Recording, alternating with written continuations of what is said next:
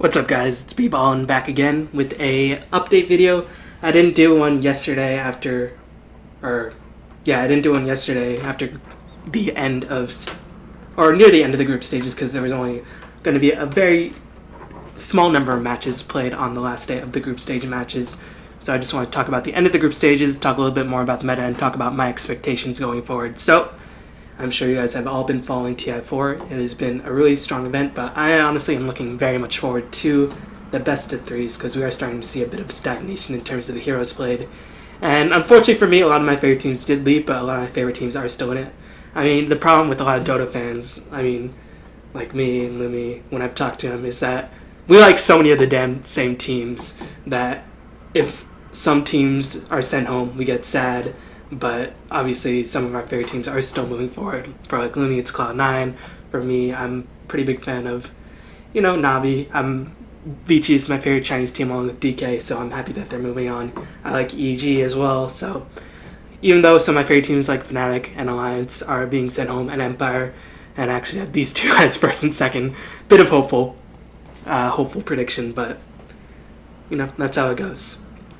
So just going to talk about the end of the group stages, talk about the top two seeds moving on, and talk about playoff phase 3. So these two, Vici and EG, Vici have been winning very convincing in a lot of their matches. They beat top teams like DK, EG. Did they beat EG? I don't know. I can't honestly remember. As I guess I can find out. Vici played Arrow. They beat Arrow. I think they lost to IG. No, they beat EIG. So I think they did actually lose to EG. So Vici have been looking very strong. They've been using some of the similar strategies. They like to just rush your face with the Lone Druid Razor Rasta combination, and they just take all your towers and they just end the game super fast. They beat DK in less than 20 minutes. They beat a lot of other teams in less than 20 minutes. So it's a bit worrying if Vici goes to the long game what they can do, but oftentimes if they're forced to go to the long game, they anticipate in advance. They pick up Morphling for Salar, and Morphling is a hero who, if he gets ahead with the early tower pushes, he can stay ahead by shotgunning down weak supports. Even though he's not the strongest teamfight carry, he can just overall still contribute a lot in terms of keeping the map pressured with the lead. But if Morphling gets behind, that's when he's in trouble. So Vici, they like to stay ahead, and if they get ahead, it's very hard to beat them. But there are teams that have shown they can beat them. Navi beat them. So if Navi can do it, I think all the remaining teams can still do it. EG been looking very sharp. They had a very strong game against Alliance to end Alliance's hopes and dreams. They did lose a match against DK, as DK just showed that they can beat down Tinker if they please. So that might give them a little less confidence in terms of picking the Tinker, or it might give PPD an idea what to do if they do pick up Tinker, what they can do to respond to Tinker, because PPD has shown himself to be, if not the best captain, then definitely, top 3 captains at this international. He has just been leading this team. They always seem to have a very strong draft. In games that they lose, they always seem rather competitive. They always make it a tough fight. And EG just looking very sharp. DK been looking pretty strong as well. They seem to have found their footing, and they've been looking pretty sharp. IG been looking a bit shaky. They were very strong after day 2, but after that they've been a bit shaky. Navi, Cloud9, they're also automatically guaranteed a spot into at least the loser bracket. Meanwhile, the rest of these teams not guaranteed, as Newbie and LGD beat Mouse in the tiebreaker matches, or Mouse went 0-2 in their matches, so that means they are eliminated in that sense. So Newbie and LGD have to play Liquid and Titan, and the loser of those matches are eliminated. So a bit unfair for Liquid and Titan because they have the same records as Cloud9 and Navi, but there's some convoluted tiebreaker scheme that some winning records just against other teams means that Liquid and Titan unfortunately are still playing elimination matches in phase 3, so a bit unfortunate for them to say the least. And keep in mind, only top 8 gets over 500,000. I think 9 and 10 only get like 50,000, so there's a huge discrepancy in money, and also the chance to play a key arena is definitely no laughing matter. So I want to talk about a bit of the games that happened yesterday in the tiebreaker matches. Mouse just threw the game straight up against LGD, as LGD were pushing very hard with a Viper, Razor, Enigma strategy, but Mouse were taking the advantage. They had a Spherin AT-Mage split push lineup, and they managed to hold their own. They lost a lot of their outer towers, so AT-Mage got a lot of farm, But Mouse were winning team fights often 4v5 with great execution by Fnatic on the Windrunner, Furion teleporting in, and just good plays by Misery on the Rubik. So LGD were held at bay, and LGD didn't have the best counteract against split push. They had a Viper who is terrible in split push and Razor who's mediocre against split push. And Mouse decided, alright, let's get Anti-Mage a heart and let's fight them. Keep in mind at this point, Anti-Mage had a heart and a Manta style, so his damage output was not actually that strong. Meanwhile, because they're already Tower Gold, even though LGD were technically losing, they still had some strong items. They had the BKB on Enigma, and just some really overall bad communication by Mouse. I mean, at a Roshan fight, Anti-Mage blinked out after securing the Aegis Immortal, even though his team got wiped. Earthshaker blinked back in, and Echo slammed, and Anti-Mage was like, oh shit, I better get right back in and start fighting again. And Earthshaker died, Anti-Mage couldn't get back in because his blink was on cooldown, so he started to run away again. Misery wasn't there, and Rizzy the Rubik was pretty much the hope for the team fight, so he could steal a Black Hole because he got a pretty fast blink dagger. Fada, I felt like his impact this turn was very rarely felt unless he was on a hero like Invoker.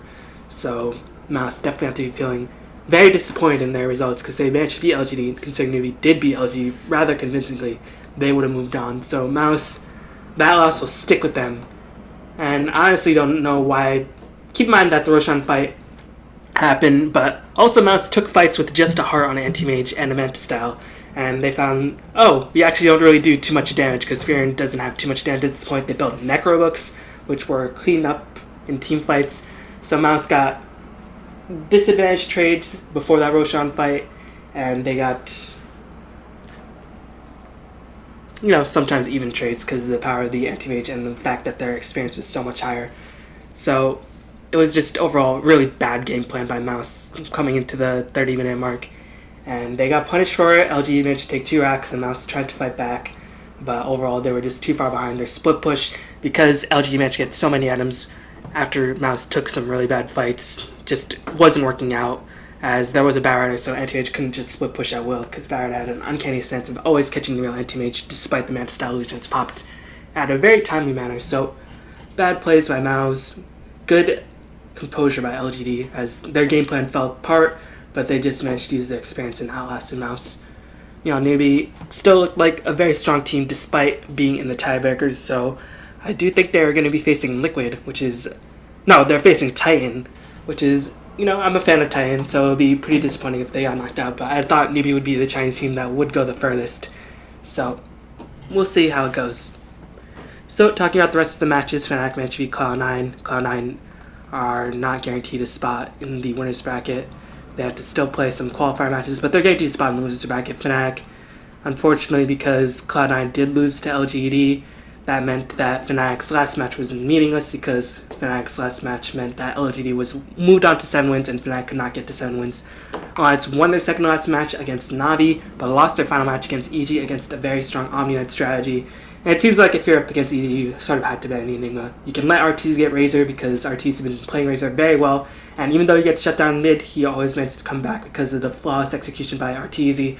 But it seemed like Alliance had a different game plan. They want to shut down Universe, and EG are just like, alright, we'll get Universe and Omni-Knight for the long lane. And even though EG did struggle in the early game, their teamfight coordination is just magnificent, especially with the Enigma. They use Enigma better than any other team in the tournament by quite a handy margin, I'd have to say. So Alliance did get eliminated. They were my pick to win it all, but my thoughts on Alliance's elimination: best of 1 format did not work out for them, but I mean that's not really an excuse because everybody had to play best of 1. But in the end, I thought Alliance, they're just a bit too reliant on their supports and Bulldog. I mean, I think Loda didn't play a bad tournament by any means. He played a solid tournament. I thought S4 did underperform, and Bulldog, he underperformed unless he was on Doom, but I don't know why Alliance didn't really decide to pick up Doom too often in the last couple matches. Maybe they felt like Doom was not that strong, but we always saw Wisp being banned out, we always saw Furion banned out. EG let the Wisp through because they had Enigma, and Wisp relocates are neutered by Enigma for the most part because of the black hole and because you can see where you're relocating into. So I felt like the supports just could not get anything done, and that left everything onto Loda and S4. And S4, I mean, he was such a game breaker in the last TI, but teams have learned to adapt. They've scouted out Alliance, and S4 was effective, but he wasn't able to come back from the early deficit that Alliance supports sort of left them in, because Alliance lost so many early games that they were always on the back foot, and S4 with his space creating mids oftentimes were on such a long cooldown because they couldn't let the bat through. A lot of the times our Barotter is picked up by the other team. That, alright, we managed to win one team fight with S4, 150 seconds down on the Brewmaster ult. Let's go fight. So I thought Loda overall played pretty solid. I think he was a bit on tilt on the last day because he couldn't really get everything done with the carries he wanted to. I think Alliance picked weird carries. They picked up Chaos Knight. They picked up Bristle back in the offlane. Sometimes they picked up Bristle back for Loda. I thought they just went for just, if you're going to plan, you obviously don't plan to lose every lanes because they often picked up lane dominators with Aki, whether it be the Enchantress, Skywrath Mage. Those are lane early game dominators. But their early gank rotations with EGM and Ake did not work out. And if you get behind on the support with Ake, then you really just get shut down because Ake is hoisted by all the wards. And I think that's a bit of a flaw in the Alliance game plan. You can't let one support just take all the heat. And Ake was sort of forced to take all of the heat. And EGM, he had some good games. He had a really strong Earthshaker one game, but he wasn't a big playmaker. Alliance just sort of abandoned the big playmaking EGM supports like Windrunner, heroes of that nature. So some bad drafts by S4 in my opinion. Some bad, early games, and that cost Alliance very severely. So they were knocked out. They couldn't adapt in time. They had problems against split push. They had problems against Void. They had problems against team fights because they were often behind. And we're fighting against a team fight lineup when you're behind. It's just an absolute nightmare, especially when you only have long cooldown and ultimates yourself. So I think if Alliance played a bit more turtly, considering that they lost the early games, they should have recognized, all right, we're not getting enough done in the early game. I mean, after day 2, they were 4-5, so they thought they were still in decent shape. I thought they were still in decent shape. But day 3 and day 4, if you get behind in the early game, then you have to recognize that and you have to adapt around it. So even if you do get behind, shouts to Toby and Sin. Unfortunately, they won't be casting together, but Toby and Lumi will be casting together with the grand finals. So I'll talk about that a little bit more. But if you get behind, you have to recognize that you are getting behind and you have to plan around that. Obviously, you can say, let's not get behind, guys, but their early game execution, because of the draft, I think, was just not up to snuff. Aki's ganks were pretty obvious of the draft, saying, alright, well, you have an Enchantress, you have a Skywrath Mage, let's just neuter them, because we know Ake won't get farm, he won't get distributed farm. EGM, he won't be able to do much, let's just focus our attentions on Bulldog and S4, try to shut down S4 as best we can, and their supports weren't impactful enough. So I thought if Alliance just recognized that, saying, alright, our early game's not going well, let's just go with the late game, let's get a Keeper Life Phantomizer, like why the hell not? I think they could have done a bit better, but they didn't. Sucks for them. Fnatic were just inconsistent. They beat some of the top teams. They beat DK, they beat Cloud9. I mean, they beat some really tough competition. I think they beat Newbie, I'm not too sure. But they lost to a lot of not of the top teams. I mean, they did lose to EG, IG, teams of that nature. No, I think they beat IG. I don't know.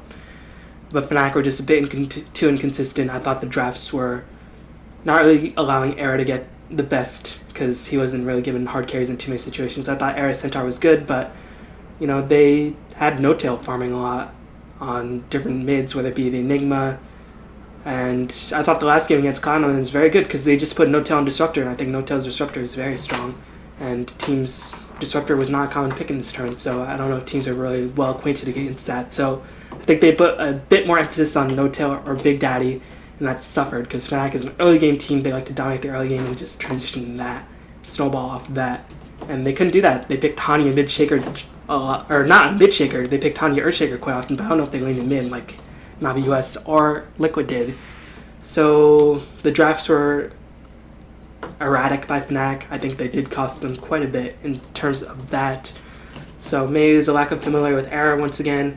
Maybe it's just, not playing with Era for quite a bit and not really confident of his hard carry or team fight carry abilities. I mean, if you pick Era Tidehunter twice, I don't know about that.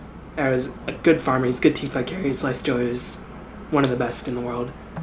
Empire, they were just shaky, at least they placed the money. But they fought well. I think Mag really underperformed. Teams were like, alright, let's give Mag Batrider every game. And unfortunately they couldn't execute it. And Batrider was not really considered a top tier pick. Navi US, they did slip down. Arrow was eliminated very early on as well.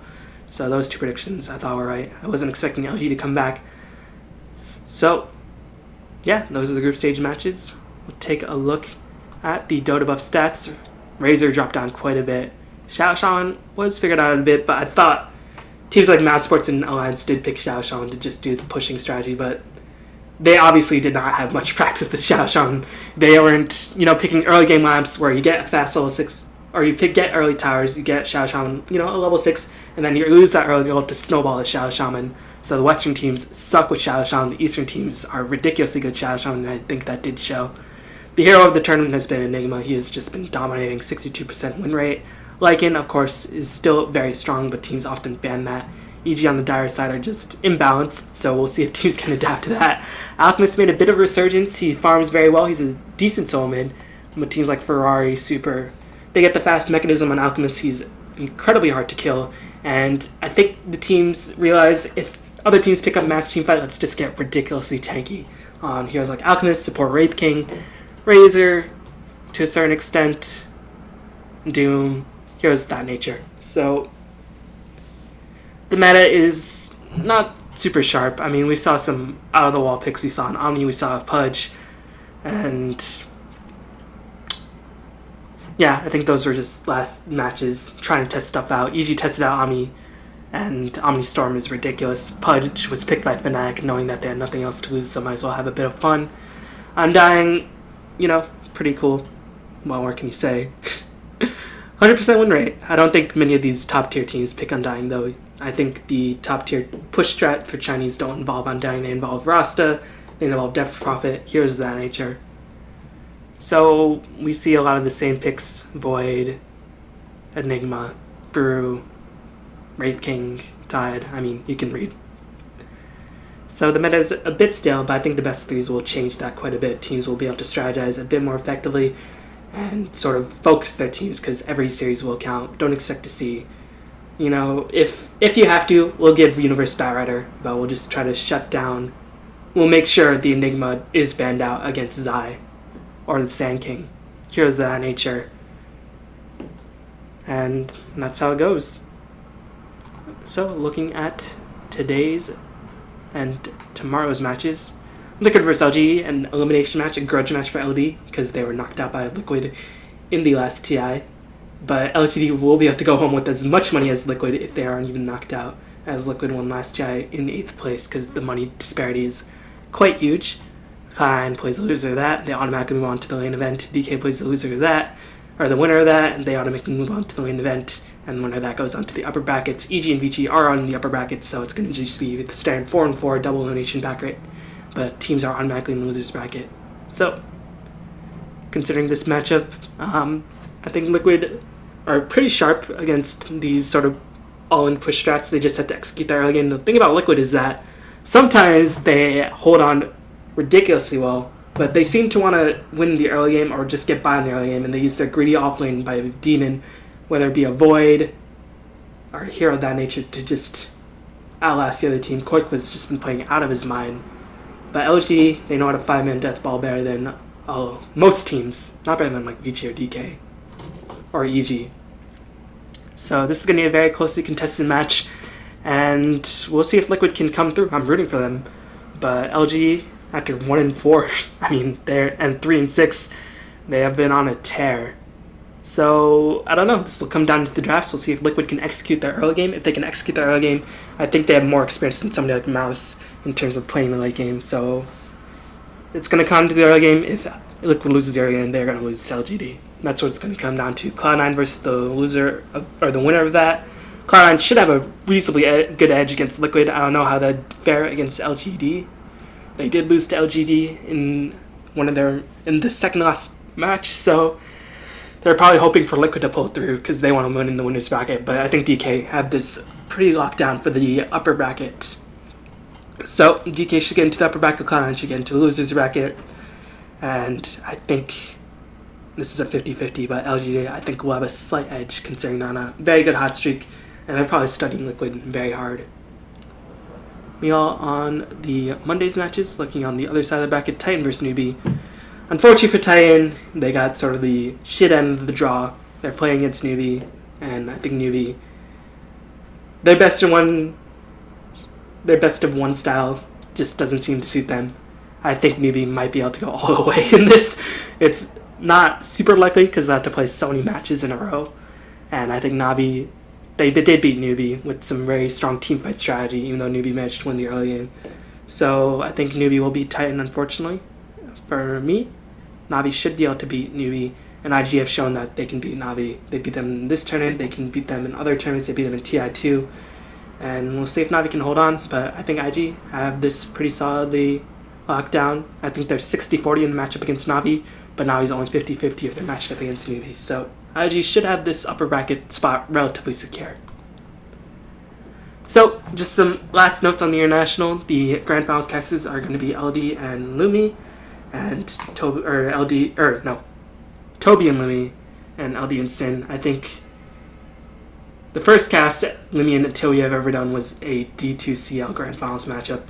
They seem to work rather well together, but I think Toby and Sin are in, as just a fan of Dota and the old school Dota 1 casting. I mean, Lumi's my homie, but I'm just a sucker for the Toby Sin cast. They're just so much fun. Sin seems to have a pretty good rapport with Toby, and I don't know, maybe Sin was given the option and he chose LD over Toby, but they seem to have pretty good rapport. LD and Toby often cast very good games, but they have a sort of similar style. Both get pretty excited, and I think Synderen is just sort of the calming act. If you give Toby grand finals, I think Synderen is just such a good foil for Toby that it's going to be unfortunate that he won't cast the grand finals. But LD and Synderen are very good as well. LD probably the best overall caster, along with like Draskell. Toby's definitely miles ahead in terms of best hype caster, but best overall caster, LD. I mean, I think best overall caster is Synderen, but in terms of just actively leading and just having a good rapport with their co-caster, LD is very, very good. So all the casting lineups are pretty good. I just hoped it would have been Toby and Sin grand finals, LD and Lumi. They've shown they have a good rapport together. Even after Lumi left VTS, they've been casting very well. I've been very impressed with their cast this tournament, so a bit disappointed on this regard. And final predictions, I think DK will be able to go all the way and let Burning and Lanham retire in peace. But realistically, I think it's going to be DK EG finals. Vici, they have a very strong best of one style. We'll see if they continue strong in best of threes. I think Vici will be able to get third, as oftentimes in these longer matchups, they just don't fare well against other Chinese teams. So, DK versus EG in the grand finals, and I think DK will be able to take it. So, that's going to end this video. The games are going to be on in a half hour. Hopefully, you'll enjoy them. Hopefully, LG and Liquid will give us a good opening series, and we'll be able to transition. But thanks for watching, and I'll see y'all next time. Peace.